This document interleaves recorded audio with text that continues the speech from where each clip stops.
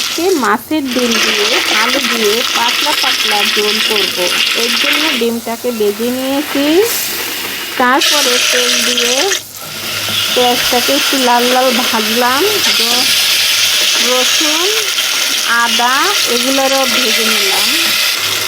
আলুটাকে ভালো করে কষিয়ে নেওয়ার পরে দেখতেই পাচ্ছেন পরিমাণ মতো জল দিয়ে দিয়েছি, দিয়ে ঢাকনা দিয়ে বসিয়ে দিলাম। ঢাকনা বসানোর পরে বলক আসার পরে একটু নাড়াচাড়া দিলাম। এরপরে দিয়ে দিচ্ছি ফ্রিজে রাখা ধনিয়া পাতা। তারপরে আবার 2-1 মিনিটের মতো রান্না করলাম। তারপরে হয়ে গেল। সত্যি এক অসাধারণ মজা হয়েছে। একবার টেস্ট করে দেখবেন, আর ভালো লাগলে আমার চ্যানেলটি সাবস্ক্রাইব করবেন। আমি নতুন, ভুল হয়ে থাকলে ক্ষমার দৃষ্টিতে নেবেন।